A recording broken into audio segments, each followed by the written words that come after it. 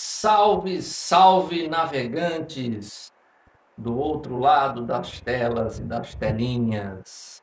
Meu nome é Bruno Joy e esse é o nosso canal de democratização ao acesso das discussões teóricas e históricas acerca da arte moderna e contemporânea. Arte sem preconceito. Nosso vídeo número 2 do canal. O que é teoria da arte? Roda a vinheta.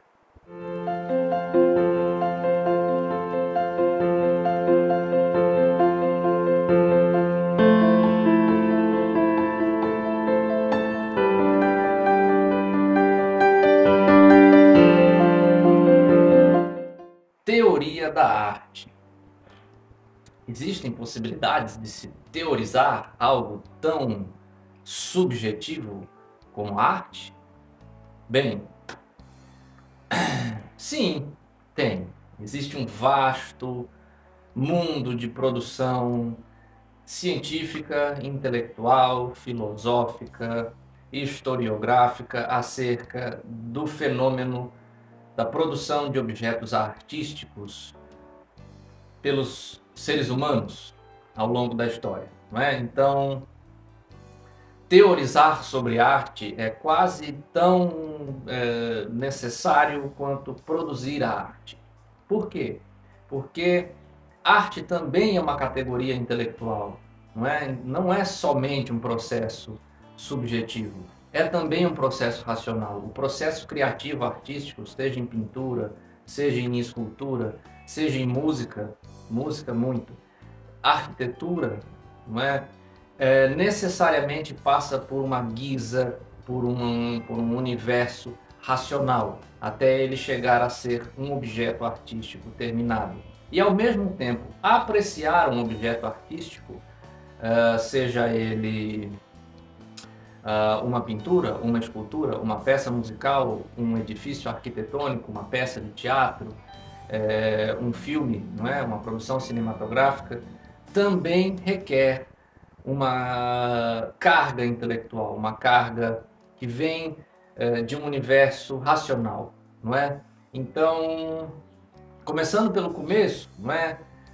Teoria da arte é a mesma coisa que estética? É a mesma coisa que filosofia da arte? É a mesma coisa que história da arte? Não é? O que são essas coisas? Essas coisas são as mesmas coisas? Não é? Estética e filosofia da arte são as mesmas coisas? Não é? Tudo isso deixa a gente um pouco confuso quando vai começar a falar a respeito de teoria da arte, não é? Como teorizar algo tão subjetivo. Então vamos lá, vamos pegar do começo. A palavra teoria, né? Teoria então vem do grego, né? Como muitas das nossas palavras vêm do grego, sobretudo nesse universo teórico mesmo, né? Tanto da ciência quanto da matemática, das ciências da biologia e também da filosofia da arte, né? Então, teoria é a junção de duas palavras gregas, né? Theia, que quer dizer espetáculo, que é uma palavra que também está em plateia, por exemplo, e oral, né? Oral com H, não é o verbal, é pelo contrário, é o visual, não é? É o ato de ver, não é? Então seria o ato de assistir espetáculos, bem dizer, não é? O ato de contemplar, de refletir sobre um espetáculo. Daí que vem teoria. Então, nessa Grécia, não é? Sobretudo no século V a.C., onde surge um fenômeno chamado de paideia, se tinha a ligação entre educação e espetáculo. Não é? Então, o teatro grego ele tinha uma função educadora muito forte, pedagógica, né? Também é outra palavra que vem do grego, pedagogia. Dentro desse universo, você tem essa formação de plateia, não é?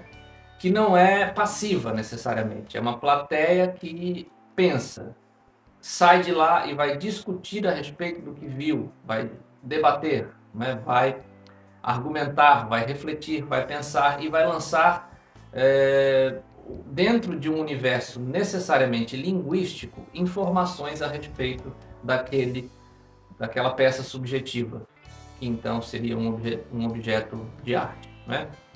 Então, dentro dessa contemplação reflexiva nasce a palavra teoria, né? Então, teorizar, que quer dizer teorizar, é você contemplar um objeto, seja um objeto de estudo da ciência, seja um planeta, uma supernova, um micro-organismo, seja lá o resultado da colisão de partículas, de um acelerador de partículas, e você vai observar. Então o cientista observa aquilo, a necessidade de se observar, de se contemplar, para então lançar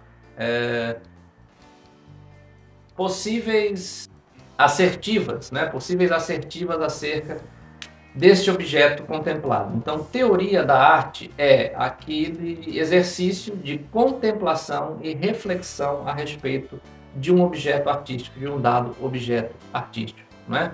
E quando eu digo que teoria da arte é uma necessidade vital, assim como a própria arte, eu me remeto ao grande esforço que a humanidade sempre fez para entender sobre arte, né? Então, tão antigo quanto a produção artística é o pensamento a respeito de arte, certo? Então, o nascimento da filosofia no Ocidente, lá com, não é, todas essas figuras, né, Sócrates, os pré-socráticos, os pós-socráticos, Platão, Aristóteles vai pensar muito nessa questão, vão fazer esforços, para se pensar a arte, né? Para se pensar o belo, para se pensar o objeto artístico, para se pensar a fenomenologia do processo criativo em arte, não é? O que é necessário para que um objeto seja considerado arte? O que é necessário para que esse objeto seja considerado belo? É um surgimento da estética. A estética é uma das categorias fundamentais da filosofia, junto com a ética, com a política. Então veja bem como não é, o esforço humano de se produzir e se pensar arte são sempre contemporâneos. Então sempre existiu essa figura que não é o artista, que é o pensador da arte. E para que ele serve? Não é? Para que serve uma ciência da arte? Para que serve uma teoria da arte? Não é? Qual é a função social disso? Não é? Onde ela se encaixa? Por que eu preciso, não é, ter essa informação? Então eu quero ser designer. Por que eu preciso ter essa informação, né, acerca do objeto artístico? Eu quero ser, enfim, eu sou um artista visual, né? Eu faço aí arte digital no Illustrator, numa coisa aí da vida aí, no CorelDRAW. Você ainda usa CorelDRAW? Enfim, por que eu tenho que ter isso, né? Então, pense bem, uma ciência da arte, quando podemos assim dizer, ela tem inúmeras aplicações, não é? Desde o observador, que vai aumentar a sua capacidade mental de experimentar a arte, não é? Alargar os seus horizontes de mundo, de percepção de vida por meio de uma catarse, então de um fenômeno estético emocional, né, de caráter, né, emocional, subjetivo emocional.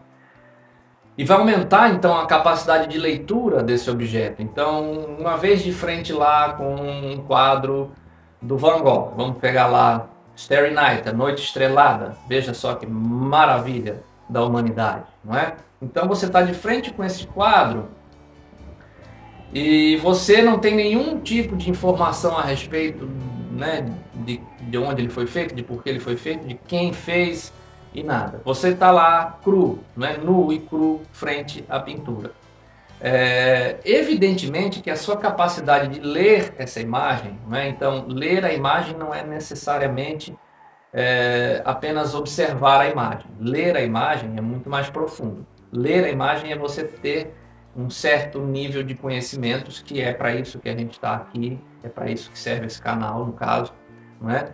Para que você aumente a sua profundidade de alcance em torno desse objeto, a sua contemplação se torne mais profunda, não é?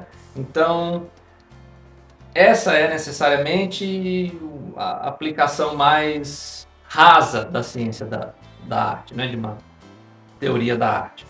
Isso seria aí para a gente aumentar o nosso lastro, a nossa capacidade mental como viventes. Agora, se você produz arte, se você está estudando arquitetura, se você está estudando música, se você produz peças musicais, enfim, arranjos, peças de teatro, cenário para teatro, qualquer coisa que envolva, né, a produção de objetos artísticos, sejam eles visuais, auditivos, sinestésicos, enfim, que envolvem todos os sentidos.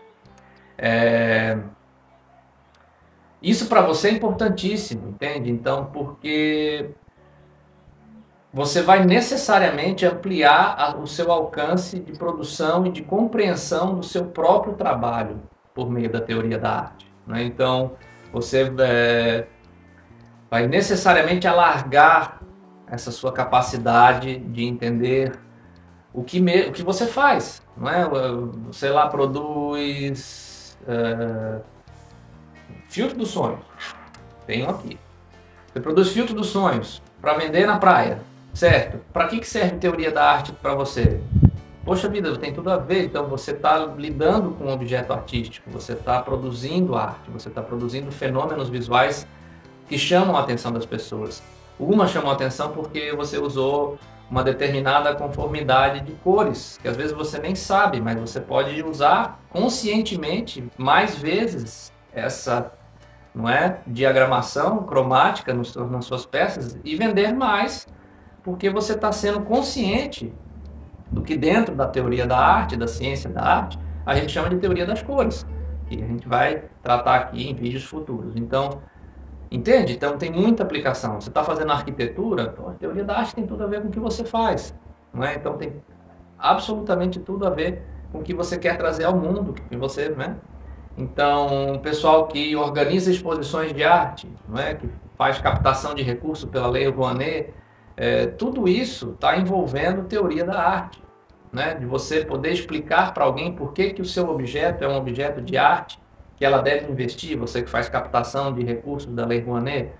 Pô, sem teoria da arte é difícil você ter uma gama de argumentos muito elástica para chegar e envolver esse captador de recursos de uma maneira assim, poxa, bacana, né? O cara tem argumento, realmente isso aqui é um negócio que eu vou investir. Então, investir em teoria da arte, para quem está no campo, né, quem mexe com isso, é absolutamente necessário. E não é acessível, não é? Então, não é assim, dado. Então, é um conhecimento que às vezes fica lá guardadinho, difícil de acessar, não é? Só mexe quem realmente vai atrás, vai fazer uma faculdade de arte, né? Vai fazer um mestrado, um doutorado em História da Arte, em Filosofia da Arte, então já está se tornando um pesquisador mais refinado, né? Para a galera em geral, isso geralmente não chega de uma maneira tão fácil. E eis que estamos aqui no Arte Sem Preconceito.